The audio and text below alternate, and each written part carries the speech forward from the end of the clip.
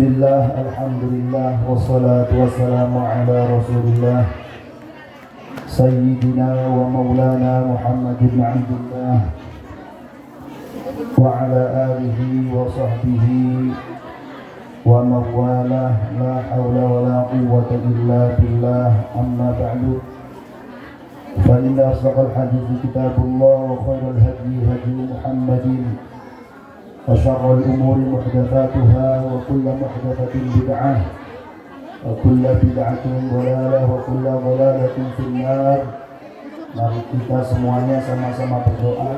Allahumma inni a'udzubika an adilla aw udalla aw azilla aw uzalla aw azlima aw uzlama aw ajhala aw yujhala alayya. Rabbi zidni ilma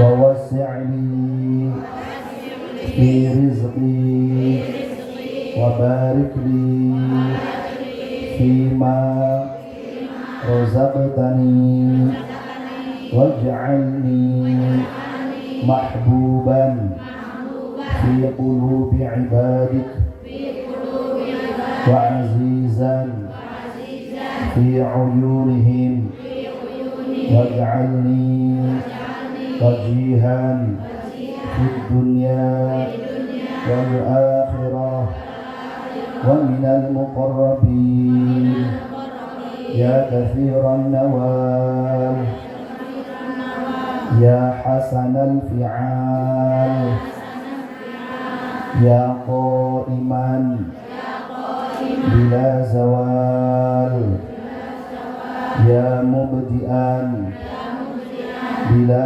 mithal falakal hamdu walakal minnatu walakal syarafu ala kulli hal.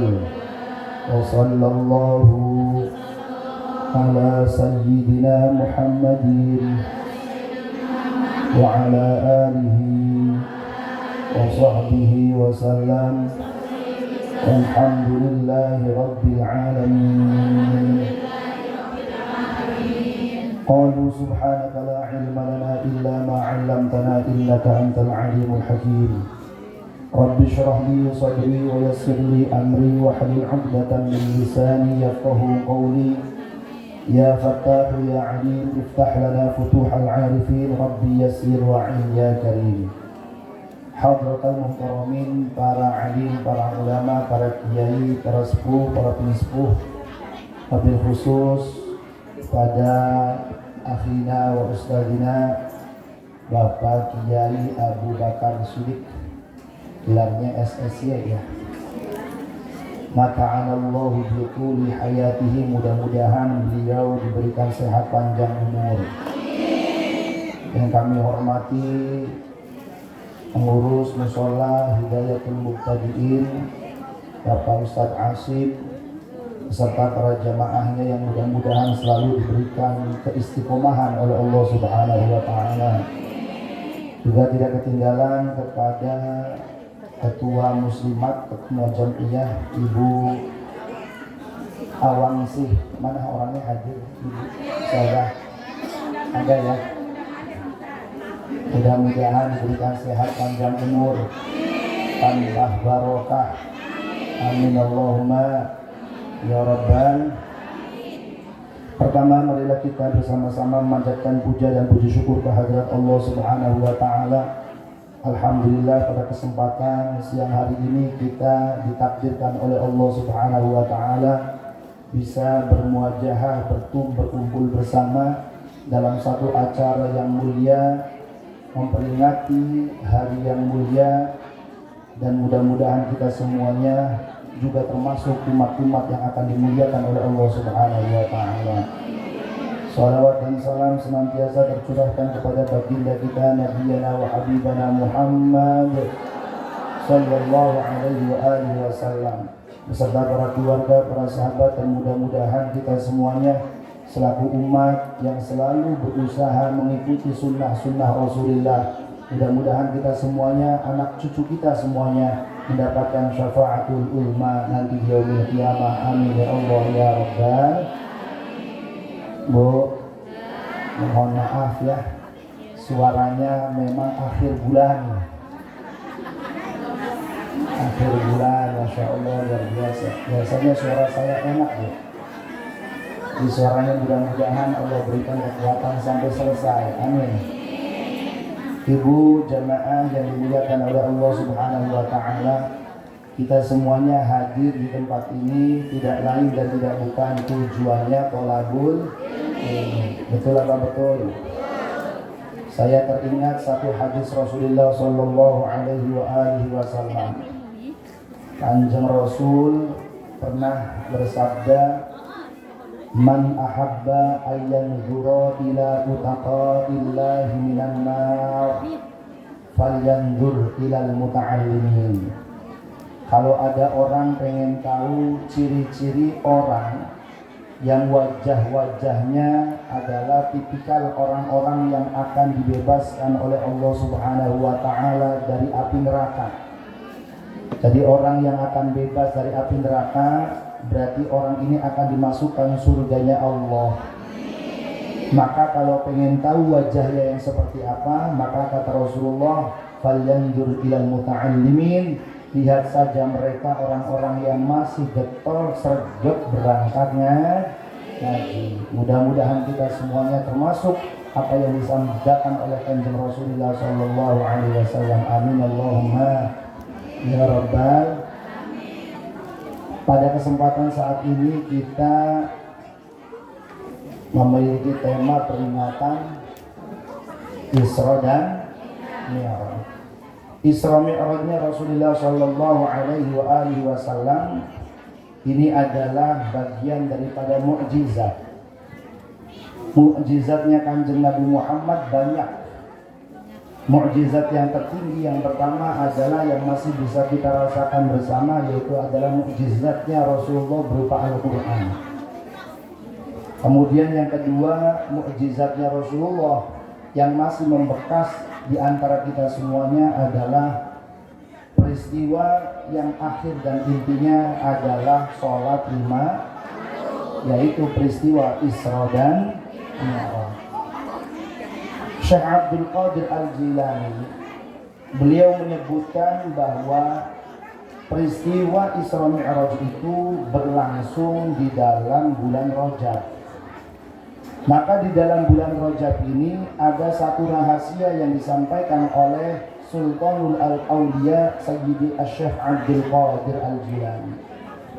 Syekh Abdul Qadir Al-Jilani menyampaikan bahwa yang namanya bulan Rajab itu farojabun salasatu ahrufin.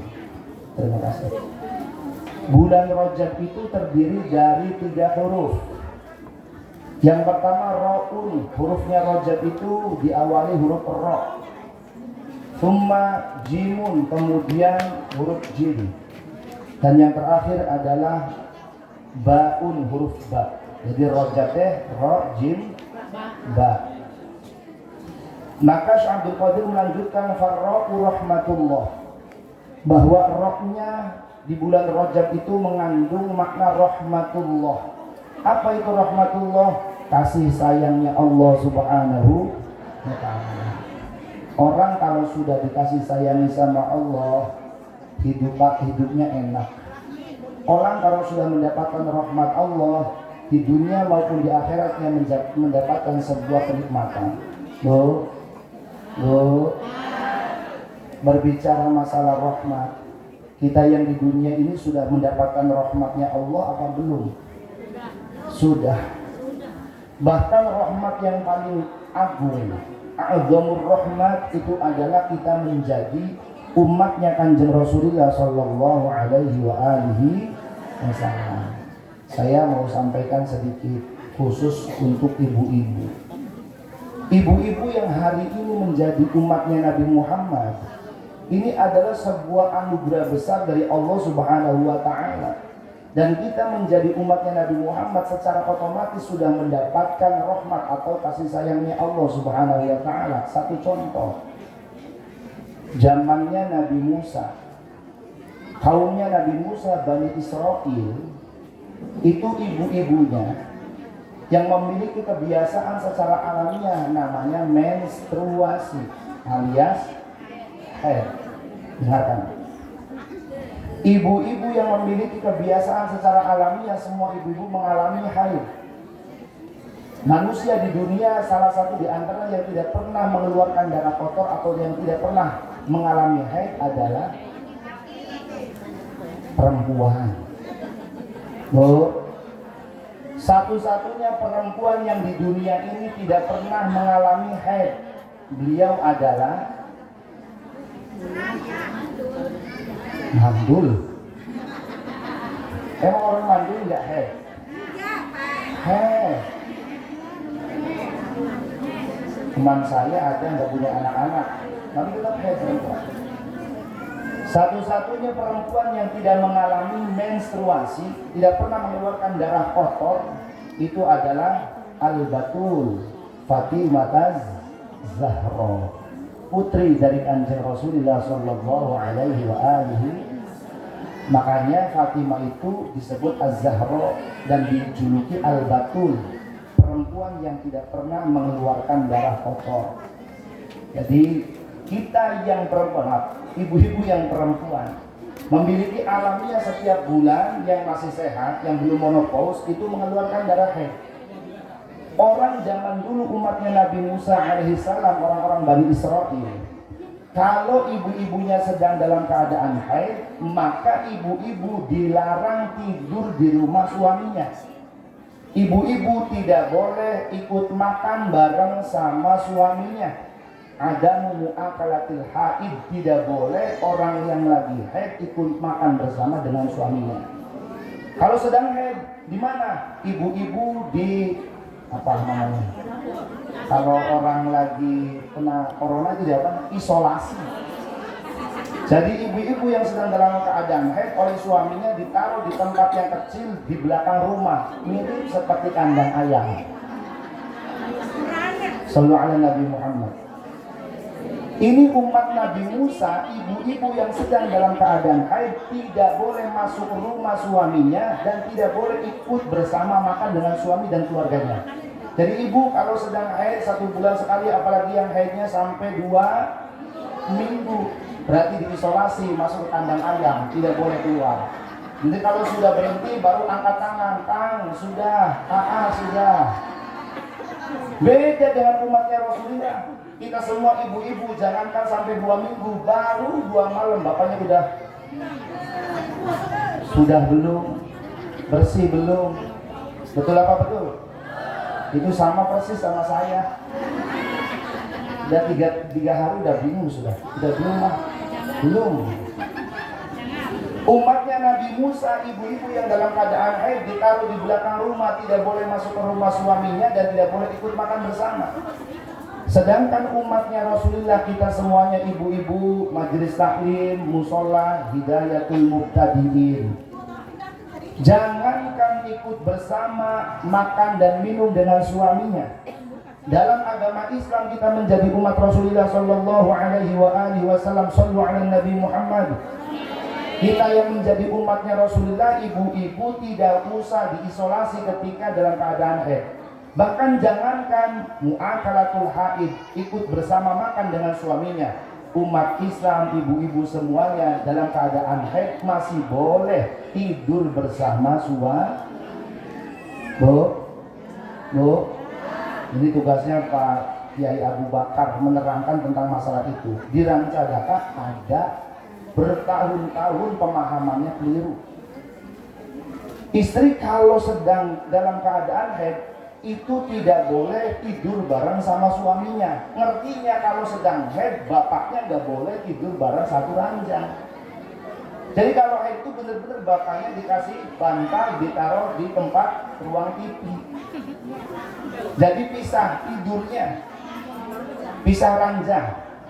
Padahal yang dimaksud tidak boleh tidur bersama itu umatnya Nabi Muhammad, ibu-ibu oleh Kanjeng Nabi Muhammad masih diperbolehkan dari ujung rambut sampai ujung kaki untuk dinikmati oleh suaminya. Jadi jangankan makan, tidur masih bisa bersama kecuali satu. Makanya Rasulullah mengatakan untuk umatku isna'u kulla syai', silakan lakukan apa saja ibu-ibu dengan bapaknya yang dalam keadaan haid, illa nikah, kecuali satu perkara, yaitu tidak boleh bermain-main ma baina surrah wa rukbah, yaitu di antara pusar dengan lutut. Jadi yang lainnya pegang telinga boleh, belai-belai rambut boleh, dagu boleh, turun dari dagu boleh, jempol kaki boleh. Yang nggak boleh antara pusar dengan lutut. Paham ya? Nggak usah saya detailkan ya. Alhamdulillah. Jadi kalau ibu-ibu dalam keadaan menstruasi, itu suaminya masih memiliki hak dan boleh ibu-ibu melakukan sesuatu apapun yang disenanginya kecuali satu perkara itu. Itu adalah bagian daripada rahmatnya Allah yang diberikan kepada umatnya Nabi Muhammad sallallahu alaihi wasallam. Indah apa indah? Indah rahmatnya Allah. Kemudian Kang Ustaz, Pak Kiai, kalau di akhirat emangnya apa rahmatnya Allah itu? Banyak sekali. Di antaranya saya sampaikan satu kisah. Ini belum Isra Mi'raj ya. Ini berarti sampai jam berapa ini? Ngaji sampai berapa? Asarnya jam berapa? Kalau di Kediri asar itu jam 5:30. Ini ngaji kalau 2 jam kuat, 2 jam. Jadi pulangnya kita jam 5 gitu ya. Jam 3 ya. Saya sedikit saja sampaikan. Rahmatnya Allah yang ada di akhirat salah satu di antaranya, jangankan dari sekian banyak rahmat, satu rahmatnya Allah diberikan kepada kita umatnya Nabi Muhammad sallallahu alaihi wasallam, maka menentukan kita menjadi orang yang selamat di akhirat. Satu kisah. Ada seorang yang ahli ibadah selama 500 tahun, Bu. Di daerah Rengkong ayah ibadahnya 500 tahun ayah. Mual ayah aku 100 tahun gendes. 500 tahun dan dengarkan, ibadahnya tidak sama seperti jamaah Hidayatul Muhtadiin. 500 tahun ini beliau beribadah tidak bersama dengan tetangganya. Beliau mengasingkan diri di atas pucuk gunung yang dikelilingi dengan lautan. Artinya tidak pernah terganggu ibadahnya dengan sesuatu yang membatalkan ibadahnya. Apa sesuatu yang membatalkan ibadah? Satu, ngaji mah terus, ngagibah tunggal poe. Ayah ngajina terus, ngagibahna ayah jamaah nu gitu, ayah mana. Jadi tidak diberikan kesempatan untuk menggibah karena sendirian hidupnya. Singkat cerita, di siang hari ia berpuasa, di malam hari ia beribadah, sampailah 500 tahun kemudian meninggal dunia. Setelah meninggal dunia ini kemudian proses di alam kubur sampai dengan nanti datangnya namanya Yaumul Mizan, hari ditimbang antara amal baik dengan amal buruk. Ketika amal baik dan amal buruk itu mau ditimbang, ini orang yang ibadah 500 tahun kemudian mendapatkan seruan panggilan dari malaikat. Wahai ahli ibadah, hari ini kamu dipersilahkan oleh Allah untuk masuk ke dalam surga, tapi bukan karena amalmu, karena Allah kasihan sama kamu. Bu, ibu-ibu dari pagi kerja sampai sore mau dapat bayaran dari majikan, tapi majikannya bilang begini, Bu, ini saya kasih uang 100.000 bukan karena kerjamu, tapi karena kasihan sama kamu. Orang yang merasa kerjanya benar dari pagi sampai sore nggak terima, loh saya ini bukan uang cuma-cuma, orang saya kerja dari pagi sampai sore. Makanya orang ahli ibadah ini yang 500 tahun kemudian menggugat di hadapan malaikat, ya malaikat, kenapa saya masuk ke dalam surga karena belas kasihan Allah? Bukankah saya sudah beribadah 500 tahun ketika saya masih hidup? Maka malaikat matur kepada Allah, ya Allah, ini orang tidak mau dimasukkan ke dalam surga karena dia merasa punya ibadah. Nah, orang semuanya ini kadang-kadang kan punya merasa saya itu ibadahnya banyak, ya, merasa ini saya sudah melakukan ini.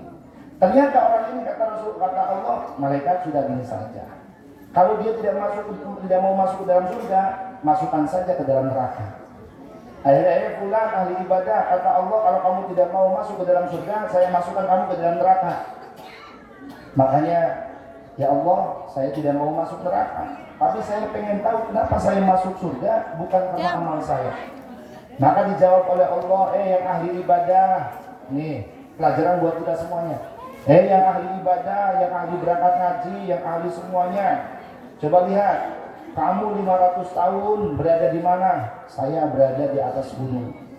Gunungnya di mana? Dikelilingi lautan. Laut itu rasanya apa airnya? Asin. Kamu di siang hari berpuasa? Iya. Kalau sore kamu mau makan buka puasa ada apa? Saya makan buah delima. Setelah kamu petik buah delimanya nunggu lama tidak? Tidak. Besok paginya ada lagi, matang lagi. Setiap hari seperti itu. Kamu minum pada waktu hari musim penghujan, airnya rasanya apa? Tawar. Musim kering tetap tawar. Airnya ada. Padahal kamu berada di mana? Dikelilingi oleh lautan. Jadi setiap hari ini orang yang ahli ibadah 500 tahun, beliau makan, minum dijamin oleh Allah Subhanahu wa taala dan tidak sadar. Ada satu pohon delima yang kalau diambil sore hari, pagi harinya sudah berbuah lagi dan matang lagi. Dan itu terus menerus. Kira-kira kalau orang Lengkong punya tanaman mangga, kalau diambil kemudian berbuah lagi langsung panen lagi, senang apa senang? Pengen seperti itu. Punya sawah 1 kotak saja, dipanenin, panen lagi, dipanen lagi. Saya ngejalan sedekah udah 2 tahun ini panennya jelek. Sama ya, rahasianya cuma satu, karena yang pada nyawa nggak pada zakat. Cocok tidak tuh? Sama di sini sama. Masya Allah. Saya di Belanakan kemarin juga sama, keluhannya kepala desa itu, ibu kepala desanya bilang begitu. Sudah 3 musim Pak, jelek terus panennya. Saya katakan, pasrahkan sama profesor yang paling hebat sekalipun, tidak akan pernah bisa menyelesaikan kasus-kasus yang seperti ini. Kapan bisa beres kalau semua yang punya sawah, yang kemudian panen, mereka semuanya berbondong-bondong mengeluarkan zakat. Kembali lagi, akhirnya ketika seperti itu, coba timbang amal ibadahmu yang 500 tahun itu ditimbang dengan ibadah kamu, ditimbang dengan nikmat Allah yang sudah diberikan. Kamu bisa beribadah 500 tahun, siapa yang memberikan tenaga? Jawabnya Allah. Kamu ibadah 500 tahun, siapa yang memberi makan minum kamu beribadah itu? Juga Allah. Maka dengan seperti ini akhirnya orang yang beribadah 500 tahun ini, silakan malaikat suruh masuk ke dalam surga, tapi dengan catatan bukan karena amalnya, tapi karena rahmatku, karena belas kasihannya Allah. Alhamdulillah. Ya Rabbil, makanya kurang mah kita mah semua berangkat ngaji mintanya kasih sayang Allah. Kalau memperhitungkan ibadah kita, Masya Allah, bagaimana ibadah kita bisa sukses? Orang berangkat ngaji niatannya sudah double. Ayah ngaji berangkatnya memang tujuannya untuk menghindari tanggal-tanggal terakhir, biasanya ayah bang emok gitu ya, berangkat ngaji. Saya di daerah Katasari, ini ceritanya ibu-ibu kalau pas giliran saya ngaji banyak banget, sampai satu ketika sudah ketahuan itu, jadi bang emoknya itu ikut ngaji. Itu kata si A si B kalau hari-hari ini mesti nggak ada di rumah, oh ternyata ikut ngaji. Jadi bang emok itu yang keliling, dia ikut ngaji, bukan niat ngaji, niat nunggu orang yang keluar mau ngaji. Apa nggak bayar dana? Mudah-mudahan di sini nggak ada ya. Amin Allahumma ya Rabbal. Ayo balik lagi. Syaikhul Qadir Jailani kemudian mengatakan rohnya Rojab itu rahmat. Jadi orang yang mau memuliakan bulan Rojab, maka dia akan mendapatkan rahmatnya Allah Subhanahu wa taala. Yang kedua kemudian jinnya itu adalah judullah. Rojab, ro, jim, ba. Jimnya itu adalah judullah. Artinya bulan Rajab ini Allah memberikan kedermawanannya. Bu, orang dermawan itu kalau ada orang bekerja, kerjanya sedikit tapi karena kasihan ngasih bayarannya banyak. Ibu kalau kerja pengen kerjanya sedikit, bayarannya pengen banyak. Itu hanya Allah yang bisa. Jadi kalau ada umat Rasulullah yang model-model begini, mohon maaf, yang ngajinya masih disambi dengan ngobrol. Ngaji itu loh, ya tetap ngobrol. Kalau bayaran diabsen oleh malaikat, oh ini mah ngobrol. Oh yang di pojok nggak ngobrol tapi ngantuk. Jadi kita kira-kira kalau mau ngasih bayaran orang pekerja yang lagi bekerja, kerjaannya disambi sama ngobrol atau sama ngantuk, bayarannya beda sama yang benar-benar serius. Betul apa betul? Tapi ini adalah termasuk judullah kedermawanan Allah sampai menyebutkan humul qaumu la yashqa jalisuhum. Orang kalau ikut orang pengajian pokoknya di dalamnya mau sempurna ataupun tidak, melek ataupun ngantuk, ngajinya masih disambi dengan ngobrol, itu tetap pulangnya mendapatkan ampunan Allah Subhanahu wa ta'ala. Amin Allahumma ya rabbal. Paling bedanya kalau yang ngobrol dan tidak mendengarkan, tidak paham apa yang disampaikan oleh pemateri. Ya Pak ya.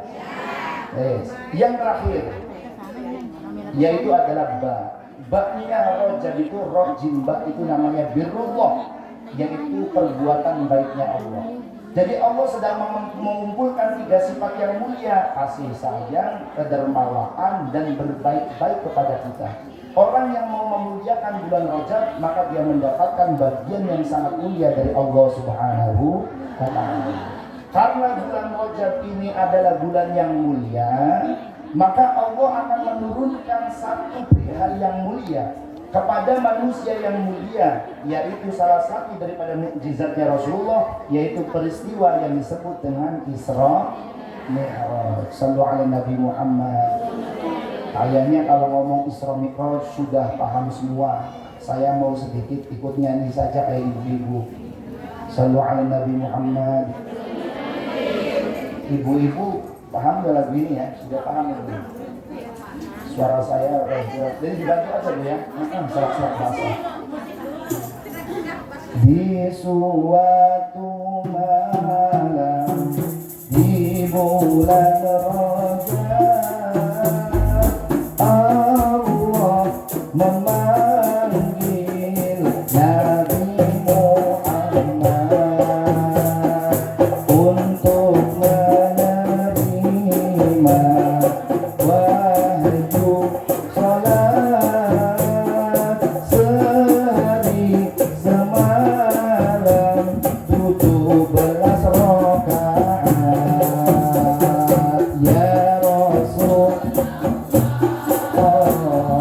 salamun alaik ya Rabbil asyani wal karami adfatan yaji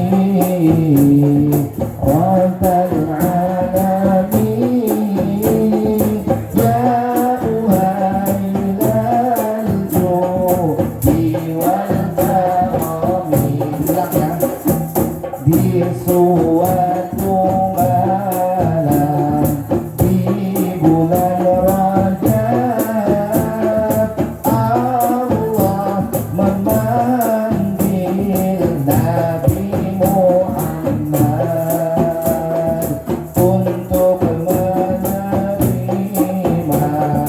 wahyu salat sehari semalam 17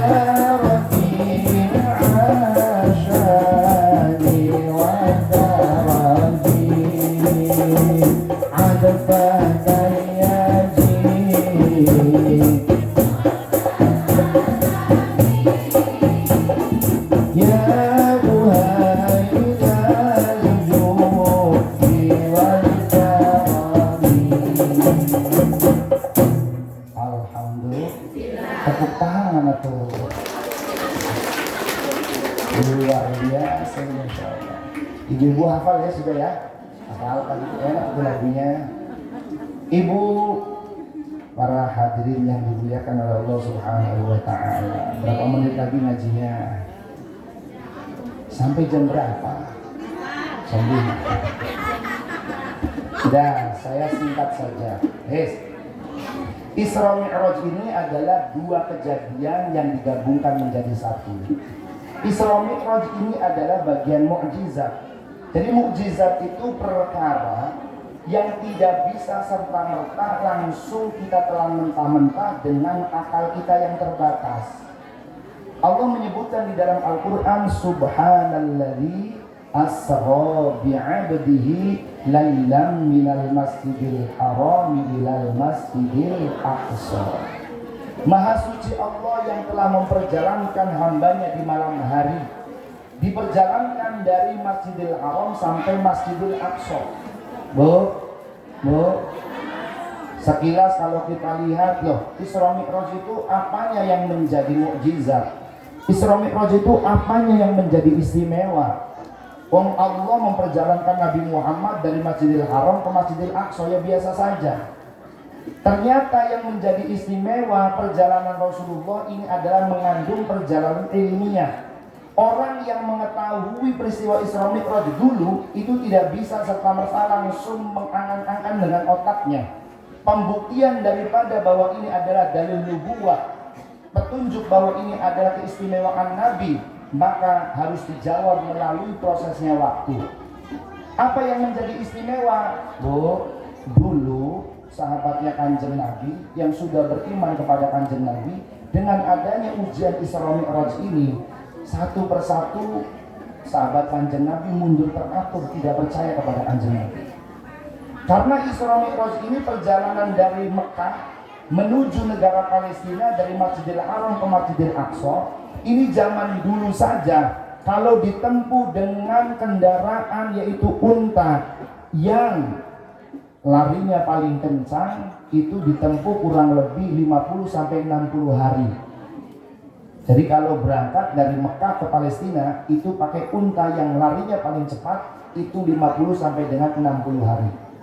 Tapi Kanjeng Nabi mengaku, menyampaikan kepada umatnya, saya semalam diisrokan. Bahkan di dalam Al-Quran menggunakan kata-kata lailan, artinya bukan satu malam penuh, tapi hanya sebagian malam. Maka ketika Kanjeng Nabi menyampaikan itu, ada orang yang kemudian bertanya, Muhammad, kamu semalam ke Baitul Maqdis? Iya. Ke Palestina? Iya. Semalam? Iya. Sekarang sudah di sini? Iya. Nggak percaya. Karena zaman dulu ditempuh 60 hari, Kanjeng Nabi cuma sekitar 4 jam. Nah, Muhammad, terus setelah itu kamu Mi'raj? Iya. Mi'raj itu apa Muhammad? Saya berangkat, diangkat oleh Allah dari Masjidil Baitul Muqaddas menuju Sidratul Muntaha. Oh, berarti naik langit? Ya. Kata orang kafir Mekah begini, Muhammad, silakan angkat salah satu kakimu. Diangkat oleh Nabi Muhammad. Ya Muhammad, kakimu yang satu silakan angkat lagi. Hampir-hampir Rasulullah SAW hampir terjatuh.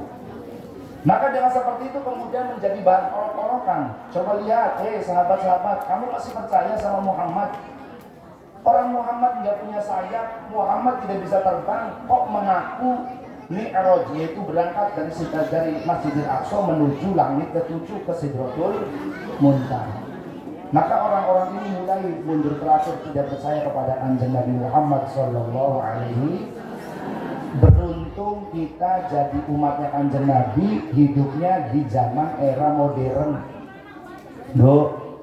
Zaman kakek saya dulu, kalau berangkat ke Mekah itu ditempuh perjalanan kurang lebih 4 sampai dengan 5 bulan. Dari Jakarta, Tanjung Priuk, berangkat ke Mekah itu berapa bulan? 5 bulan. Jadi ibu-ibu juga ada yang pernah berangkat haji zaman dulu itu berbulan-bulan. Iya apa ya? Sekarang kalau ada orang ngomong, kalau mau ke Mekah nggak usah berbulan-bulan, cukup 7 sampai dengan 9 jam dari Jakarta sudah sampai Jeddah. Betul apa betul? Nah kalau seperti ini, sampai kalau ngomong percaya apa tidak? Apalagi sudah dibuktikan dengan alat yang canggih seperti ini. Dulu zaman saya masih pesantren, Pak Kiai, Ibu, kalau orang tua saya masih ngirim itu pakannya wesel. Ngirim itu sampai Jawa Timur 3 sampai dengan 1 minggu baru dapat. Jadi uang saya habis tanggal ini, puasanya 7 hari. Karena nanti uangnya baru datang 7 hari. Sekarang orang transfer uang itu tidak usah nunggu hari, 1/sekian detik sekali klik sudah. Jangankan lintas provinsi, dari sini sampai Amerika cukup 1 detik klik, oke. Sudah masuk? Sudah. Benar apa benar? Alhamdulillah. Maka ujian ini mereka yang dapat. Kita sudah tinggal dinikmati, tinggal percaya bahwa ini adalah Isra Mi'raj kehendak Allah dan menjadi mukjizatnya Kanjeng. Bukti ilmiahnya Isra Mi'raj itu baru dibuktikan hari ini. Orang ngerti bahwa dimensinya Kanjeng Nabi Muhammad yang berjalan sebegitu cepatnya itu tidak disebut khayalan, tapi bukti dan bisa dibuktikan. Mungkin ibu nanti kalau usianya panjang kita, entah 20 tahun yang akan datang, dari sini ke Jakarta yang hari ini mungkin 3 jam atau 4 jam, besok-besok mungkin bisa jadi hanya 5 menit Bu. Madinah ke kemana? Ke Mekah. Berawal dari menggunakan jet bus yang larinya cepat itu 5 jam. Sekarang lagi digarap namanya kereta cepat Madinah Mekah hanya 1. Bayangkan, Madinah ke Mekah itu Jakarta Surabaya. Diproses menggunakan jet cepat itu 5 jam. Sekarang lagi proyeksi pakai kereta paling cepat Jakarta Surabaya hanya ditempuh dalam 1 jam. Jadi tidak ada yang mustahil nanti membuktikan keilmiahan Rasulullah Isra Mi'raj. Mungkin 20-50 tahun yang akan datang. Kita kalau mau ke Jakarta cukup lewat belakang pintu, masuk ada kendaraan yang 5 menit sampai. Alhamdulillah. Zaman dulu itu yang ada orang bisa lihat orang lagi, itu cuma malampir. Malampir punya namanya Paso Benggala. Hei, Grandong di mana? Kelihatan. Oh, sekarang kita lebih dari malampir. Ini bisa ngobrol bukan hanya 1 orang, beberapa orang. Itu video call kan bisa. Zaman dulu hanya dianggap khayalan. Oh, itu mah di TV, itu mah film. Ternyata itu kenyataan. Nah ini, jadi satu peristiwa itu tidak bisa langsung dibuktikan di waktu itu. Terkadang buktinya akan datang di waktu yang akan datang. Sallallahu alaihi Nabi Muhammad. Nah ini yang pertama. Kemudian yang kedua, inti daripada Isra Mi'raj, Rasulullah mendapatkan 2 pengalaman. Yang pertama, pengalaman ini disebut dengan masyahid awaliyah. Apa-apa yang Rasulullah Shallallahu Alaihi Wasallam mengetahui sebelum beliau Mi'raj. Contoh, Kanjeng Nabi pertama kali diajak oleh malaikat Jibril. Ya, bulannya bulan Rajab, kata para ulama. Rajab roknya Rasulullah, jimnya Jibril, baknya Buraq. Jadi 3 orang ini yang melakukan Isra Mi'raj. Ini Nabi Muhammad ketika pertama diajak oleh malaikat Jibril, ayo Muhammad ikut naik Buraq. Nabi Muhammad diturunkan di satu tempat. Ya Muhammad inzil, silakan turun Muhammad. Sholli, kamu sholat di sini. Tumma sholat, tumma raqibat. Anjir Nabi kemudian sholat, kemudian naik lagi. Ketika naik ditanya oleh malaikat Jibril, ya Rasulullah, atadri aina shollaita? Ya Muhammad, kamu tadi tahu nggak kamu sholat di mana? Jawab Rasulullah, saya tidak tahu Jibril, tadi saya sholat di tempat apa? Jawabnya malaikat Jibril, ini adalah Thaibah. Ini adalah tanah Thaibah. Wa ilaiha al-muhajarah, nanti kamu Muhammad akan berhijrah ke kota Madinah atau ke kota Thaibah. Thaibah itu Madinah. Jadi ibu-ibu kalau nyanyi, kalau sholawatan, ada sholawat yang judulnya Ya Thaibah, Ya Thaibah, Ya Thaibah, Ya dawal ayana syafna lek wal hawa nadana wal hawa nadana wal hawa nadana. Itu adalah Thaibah, artinya kota Madinah. Berangkat lagi Nabi Muhammad, diturunkan lagi Nabi Muhammad. Ya Muhammad, kamu turun di sini sholat. Setelah berangkat lagi ditanya lagi, Muhammad, kamu tadi sholat di mana? Tidak tahu. Jibril, kamu tadi sholat ada di Syajaratu Musa. Bu, sebagian ulama menyebutkan nanti seluruh perjalanan Nabi Muhammad dalam Isra Mi'raj itu sebenarnya gambaran untuk kita semua. Gambaran apa? Saya kasih sampaikan dulu.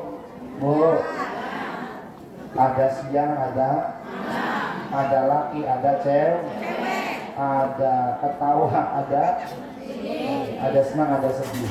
Pengennya orang itu hidupnya pengen senang terus nggak pernah, pengen punya uang terus nggak, pengen kaya nggak mau, pengen sehat nggak mau. Tapi kehidupan itu nggak bisa keluar dari situ, termasuk Kanjeng Nabi Muhammad. Maka ini pelajaran buat Nabi Muhammad dan ini pelajaran intinya buat kita semua. Satu, ketika turun Muhammad, tahu nggak kamu di situ di mana?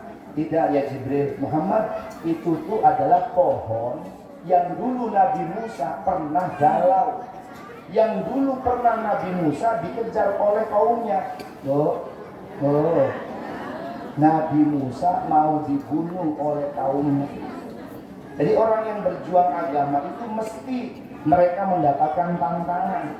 Jangankan yang berjuangnya, ibu-ibu yang menjadi jamaah itu ada tantangannya. Ayo ibu-ibu, untuk kegiatan Isra Mi'raj kita buat seragam. Ini orang yang nggak mau buat seragam ngomongnya gini, seragam, mau seragam, padahal dia nggak buat. Ada yang begitu ada? Cocok sama kayak saya. Jangankan yang berjuang, itu yang nonton aja komen. Makanya ketika Kanjeng Nabi Muhammad SAW diperjalankan oleh Allah, dilihat masyahid awaliyah.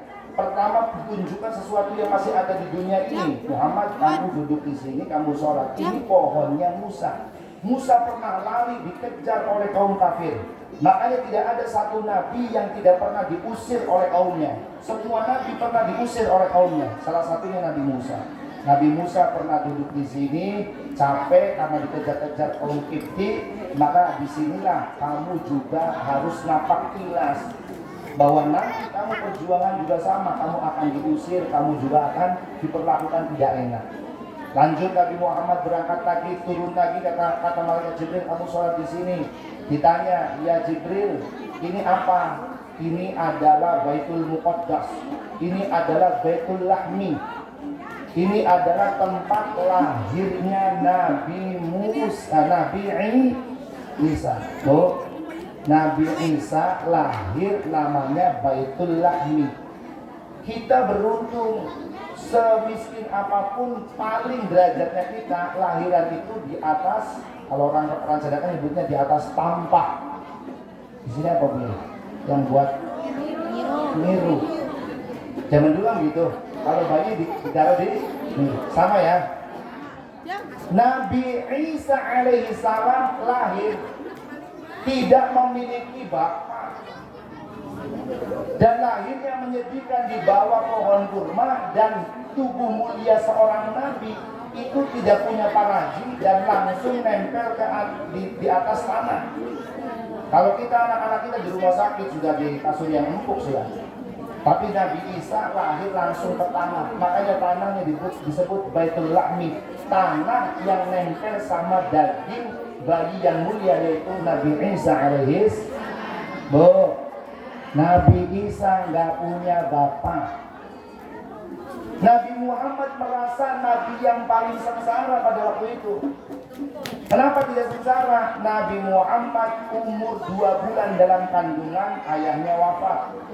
ولما تم من حمله شهران على مشهور الأقوال المروية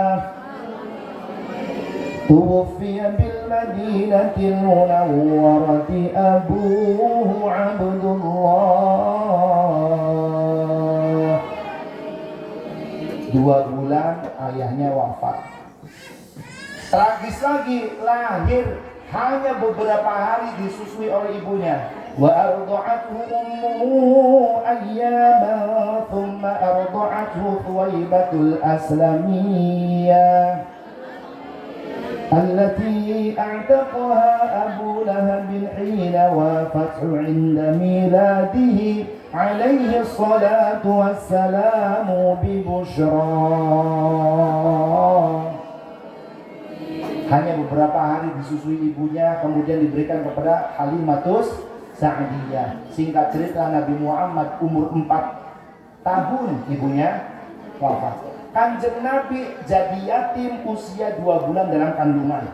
Ini merasa sedih. 4 tahun jadi piatu, yatim piatu. Kanjeng Nabi umur 4 tahun kemudian dipasrahkan ke kakeknya. Kakeknya namanya adalah kakek Nabi namanya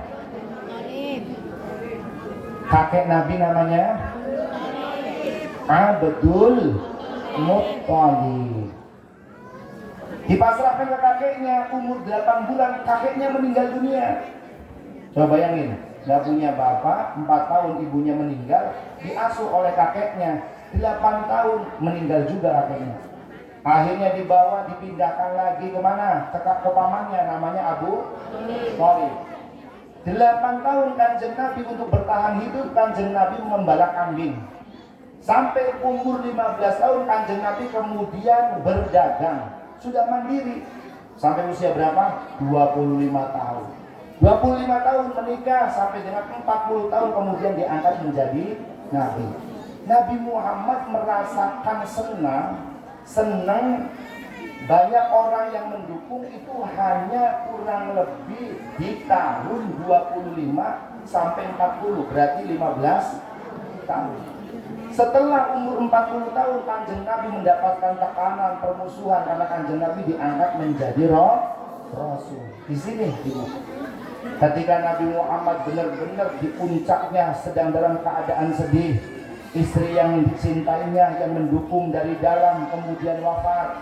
Kemudian pamannya yang membela dari luar kemudian juga wafat. Di sini Nabi Muhammad sedih, meminta pembelaan kepada saudaranya yang ada di tanah Thaif. Minta pembelaan, ternyata di Thaif Nabi Muhammad mendapatkan siksaan. Tahun Kanjeng Nabi bersedih pada tahun ini disebut namanya Amul. Barang 1, 2, 3. Di tahun Kanjeng Nabi sedih ini disebutnya Amul. Yang di belakang, tahun yang lagi sedihnya Kanjeng Nabi, sedih sekali, disebutnya Amul. Yang di pojok, tahun Kanjeng Nabi lagi sedih sekali, ditinggal wafat istrinya, ditinggal wafat pamannya, namanya Amul. Kalau di sana Amul fil gitu. Semangat salah lagi. Amul Huzanah. Pak Kiai Abu yang ngaosna kumaha ieu teh. Yang biasanya kalau Isra Mi'raj milariana Kiai nu heureuy wae sih. Jadi sejarah nanti nyantol. Saat Kanjeng Nabi sedih, ditinggal istrinya, ditinggal pamannya yang membela Rasulullah, itu namanya Amul Huzni, yaitu tahun kesedihan. Saya nanti terakhir saya mau buat pertanyaan. Nanti yang bisa maju jawab, yang dapat jawaban.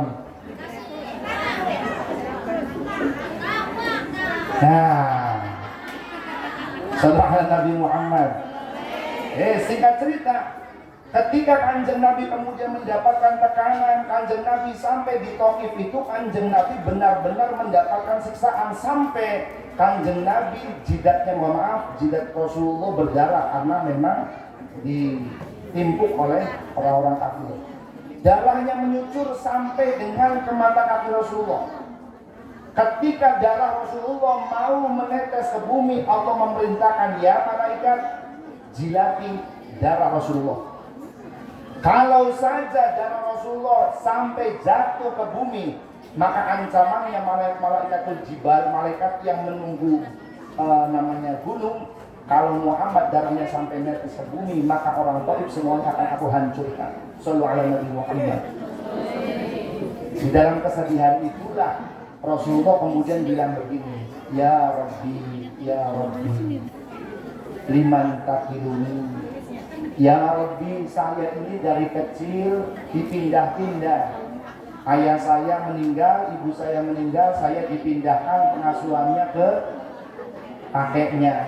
Kakek saya meninggal, saya juga dioper lagi ke paman saya. Dan sekarang paman saya sudah meninggal lagi, saya mau dipasrahkan kepada siapa?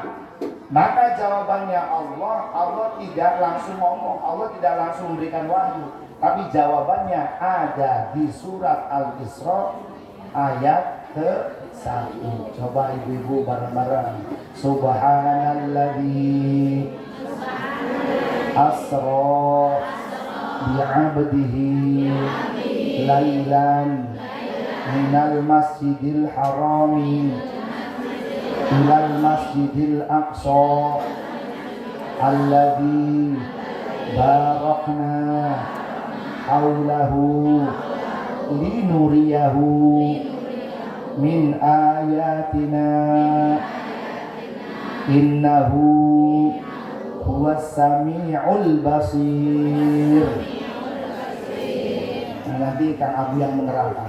Ini hebat katanya, ini adalah mukjizat. Kanjeng Nabi berangkat dari Mekah ke Palestina cuma hanya 4 jam. Harusnya jawabannya di dalam Al-Quran yang pantas, innahu ala kulli syai'in qadir. Allah bisa saja berbuat apa saja. Berangkat yang umpamanya waktunya 10 jam diganti 1 jam, itu terserah Allah. Allah Maha Kuasa. Tapi jawabannya Allah dalam surat Al-Isra ini diakhiri innahu huwas sami'ul basir. Sesungguhnya Allah Maha mendengar, juga Allah Maha melihat. Ini hakikatnya jawaban kepada gundahnya hati Rasulullah mengatakan, ya Rabbi aina takiluni, liman takiluni ya Rabb, saya ini mau diberikan ke siapa, mau dipasrahkan ke siapa? Jawaban Allah, innahu huwas sami'ul basir, Allah yang maha mendengar dan Allah yang maha melihat. Maka terjadilah ini yang namanya Isra. Nah, Kanjeng Nabi yang merasa susah tidak punya orang tua menjadi yakin, dijawab oleh Allah. Tuh Muhammad, ada yang lebih sadis, ada yang lebih sengsara dari kamu. Siapa? Nabi Isa. Nabi Isa itu bukan yatim, Bu. Nabi Isa tidak punya Nabi Isa tidak punya lahir, nggak punya ayah. Siapa ayahnya? Nggak ada.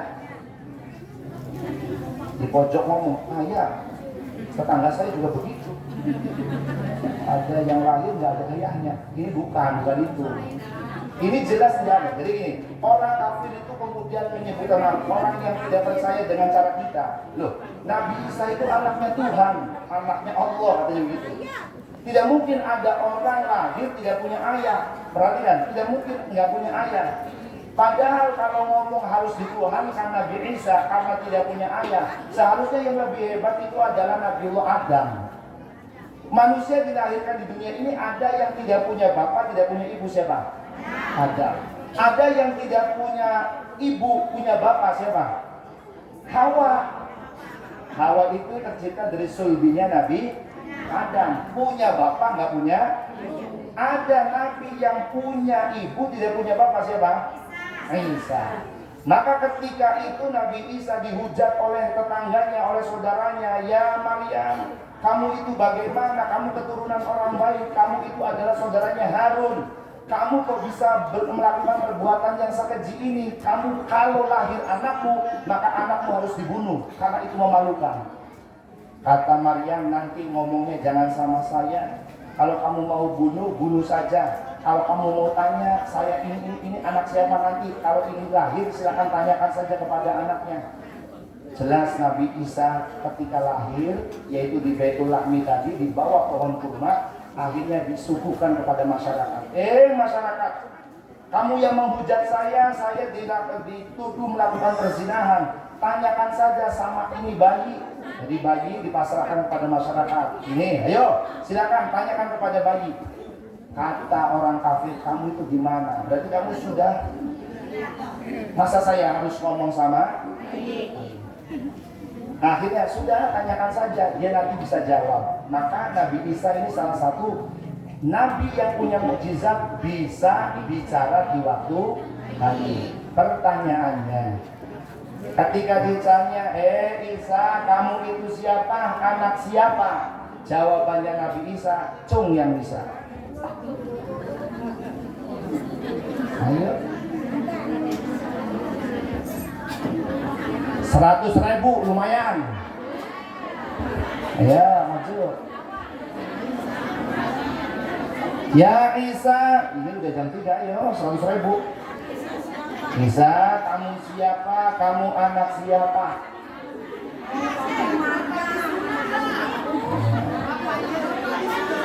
Anak Bapak di surga. Iya. Wes, gak jadi sang. Ketika orang kafir itu kemudian menyanyikan, ya Isa, kamu anak siapa? Nabi Isa menjawab, a'udzu billahi minasyaitonir rajim. Ayo jawabnya bareng-bareng. Qala inni abdullahi ataniyal kitaba wa ja'alani. Allah. Qala inni abdullahi ataniyal kitaba wa ja'alani nabiyya wa ja'alani mubarakan aynama kuntu wa awsani bis salati waz zakati ma dumtu hayya. Allah, Quran kita Quran. Wa barram biwalidati wa lam yaj'alni jabbara syaqiyya. Wassalamu alayya yawma wulidtu wa yawma amutu wa yawma ub'atsu hayya. 100.000 terjadi guys. Jawabannya Nabi Isa, saya ini Abdullah, saya ini utusan Allah, hambanya Allah, dan saya diberi kitab, saya diangkat menjadi nabi. Tidak usah heran, saya bukan anaknya Allah, tapi saya hambanya Allah, seorang nabi yang diberi kitab. Maksudnya Muhammad itu lihat, Isa itu sudah mendapatkan tekanan, bukan usia 50 tahun, tapi dari bayi sudah mendapatkan tekanan dari orang-orang yang tidak percaya. Shallallahu alaihi Nabi Muhammad.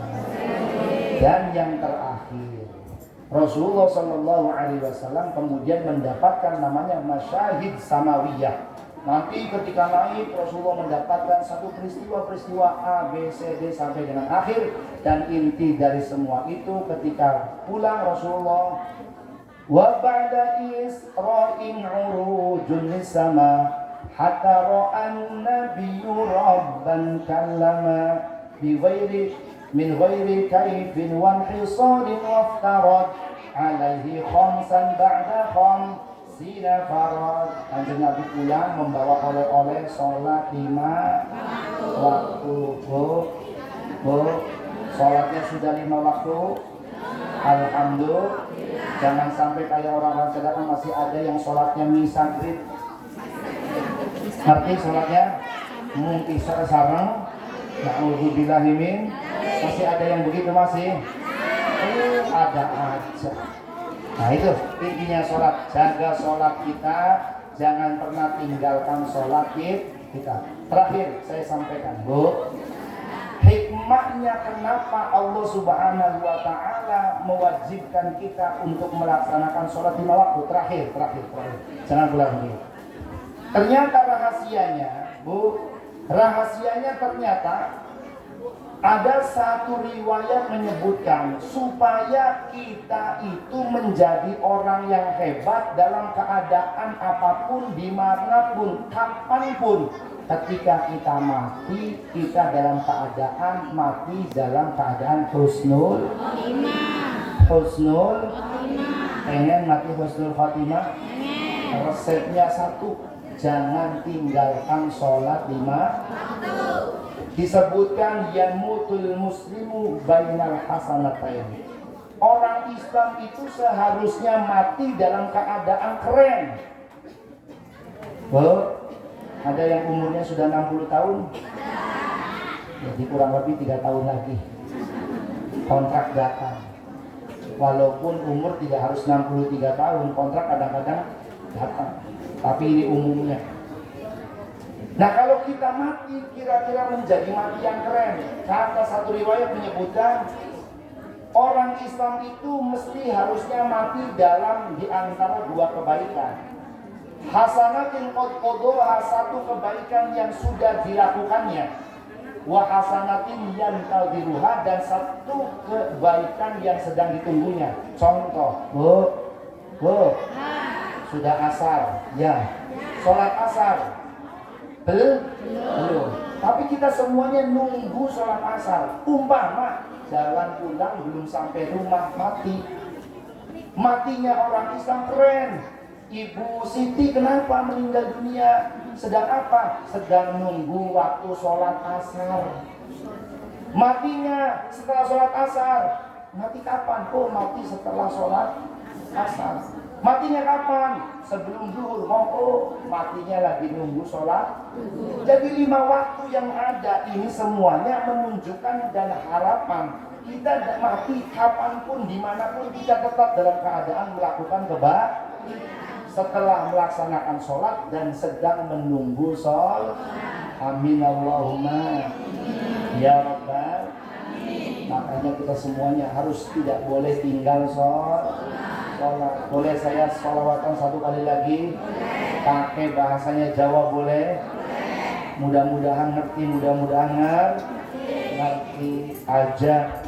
Wani-wani ninggalaken sholat, aja wani-wani ninggalaken sholat. Wong kang tinggal sholat besok mat berat. Wong kang tinggal sholat besok siksane berat. Sholli wa sallim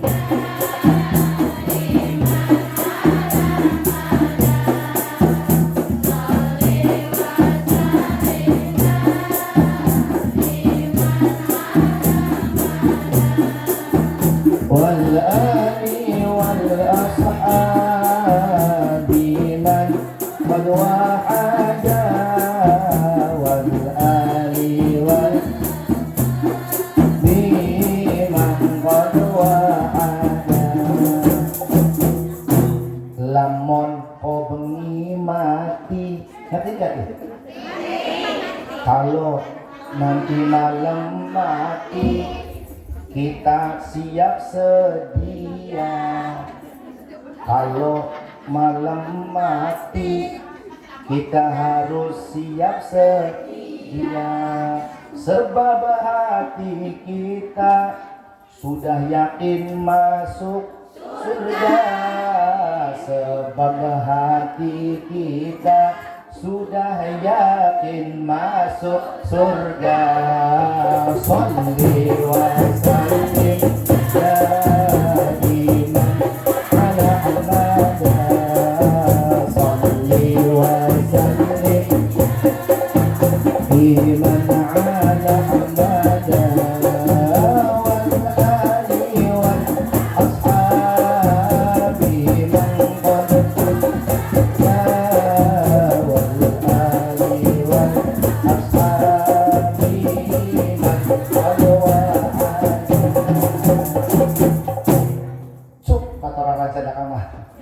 Jadi kalau nanti malam mati sudah siap, sudah semangat banget sholawatnya.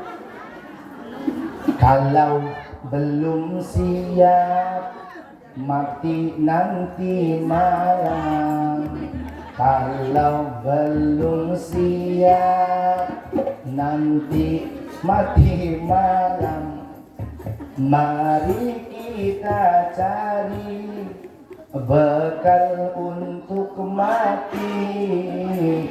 Mari kita cari bekal untuk mati. Sholli wa sallim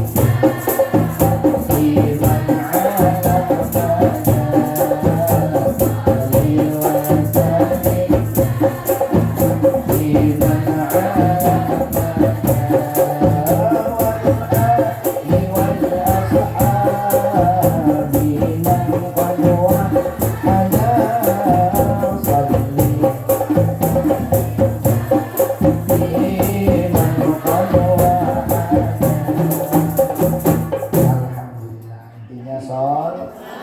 Jadi yang sholat mati dalam keadaan apapun berarti sudah melakukan kebaikan. Mati pada zuhur, setelah sholat zuhur, mati sebelum asar, kita sudah melaksanakan sholat zuhur lagi menunggu sholat asar dan seterusnya. Mudah-mudahan kita semuanya mendapatkan titel husnul khatimah, husnul khatimah, husnul khatimah, dan mendapatkan syafaat dari Rasulullah Sallallahu Alaihi Wasallam. Ibu, para jamaah Musholla Hidayatul Muhtadin, itu saja yang bisa kami sampaikan. Mudah-mudahan pesan dari Isra Mi'raj ini benar-benar kita rasakan sehingga kita tambah kencang, tambah semangat melaksanakan sholat. Amin Allahumma ya Rabbal. Itu saja dari kami. Wal'afu minkum wa nadju syafa'ah min Sayyidina Muhammad law kunna nartaqibul muharram. Wassalamualaikum warahmatullahi wabarakatuh.